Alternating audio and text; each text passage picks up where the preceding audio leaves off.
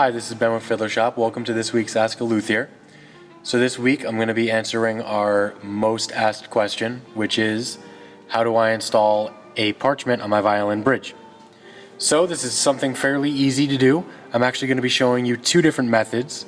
The first method is the more common way of how to install these, and the second way I'm going to show you is the way that I install them because I don't like getting super glue on my fingers. So, things you will need is you will need parchments, violin bridge that you're going to install the parchment on, whatever super glue you prefer. I personally like the Gel Control super glue, vise to hold the bridge steady, but this is more for the second method. And then for cleanup, you'll just need a little paper towel. Sometimes, just depending on if the bridge really needs to get a lot of super glue off, sometimes you can use a file and this little knife here, but that's not necessary. So, violin parchments are relatively inexpensive. You can buy a few of them at a time. This is a little jar that I have full of them.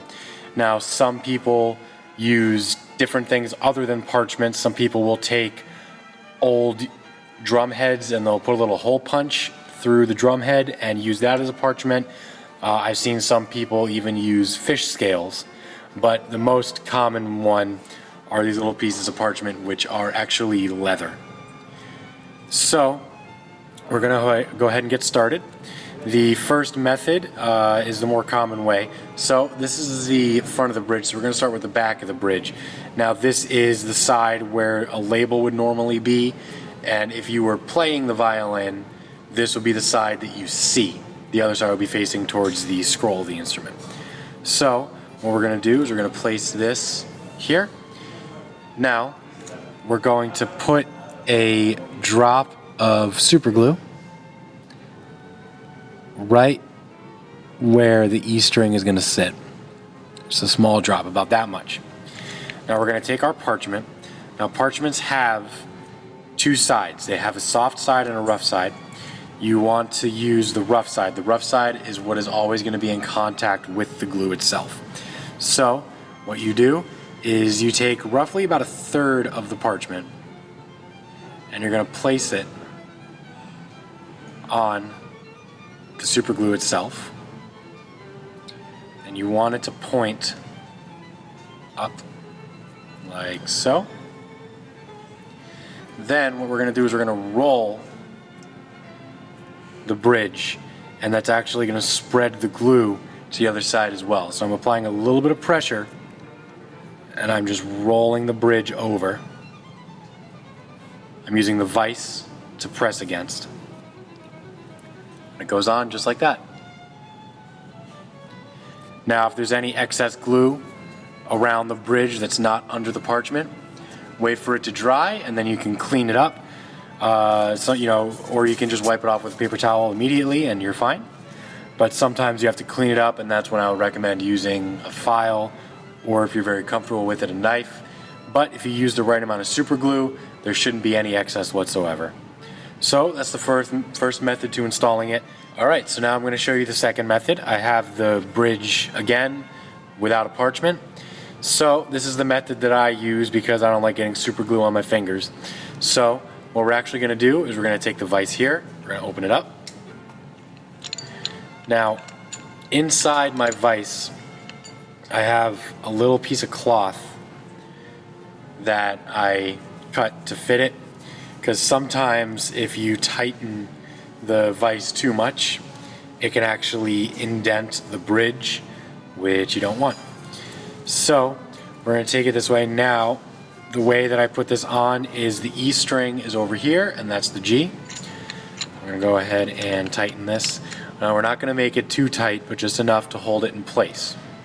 So what I do is I take our parchment again. Now remember, the rough side is the side that's going to be in contact with the glue.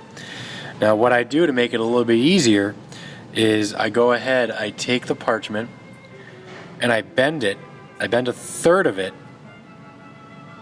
into itself like so. So now when I reopen this, you'll see that it's on a right angle. Oh, I'm flying there. So the reason I did that is it's going to make it easier for the glue to stick. So once we put it on, it's actually going to kind of hook itself onto the violin bridge. I'll actually move this a little bit closer. So what we do is we take our super glue again. Now the first method I showed you had the glue going on the back of the bridge right about here. Now the method I'm going to do here, I'm actually going to be placing the glue on the top of the bridge and a very small amount on the back. And it's going to kind of spread itself over there. So, put on a small drop.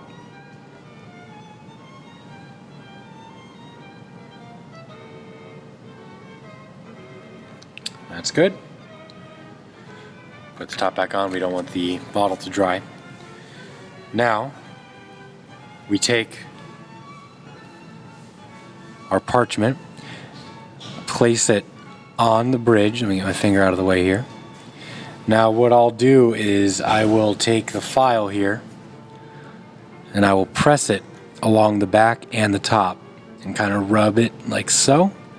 Kind of make sure that the glue is spread. Alright, now what I'm going to do, just for visual purposes, I'm going to go ahead and flip the parchment over. Flip the vise over, I mean.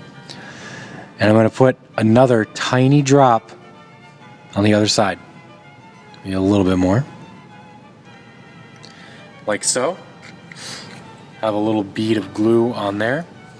Then I'm going to take the file again, press it, hold it for roughly about 5 or so seconds.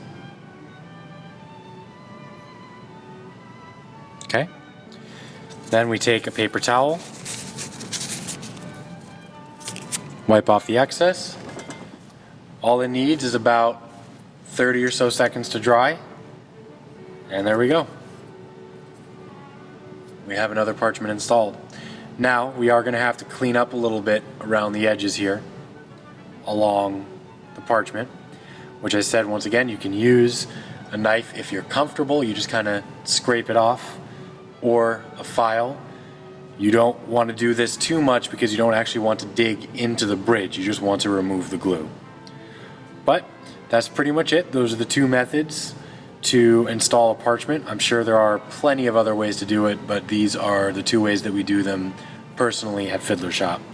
So if you have any questions, feel free to email us at luthier@fiddlershop.com and we'll consider them for a future video.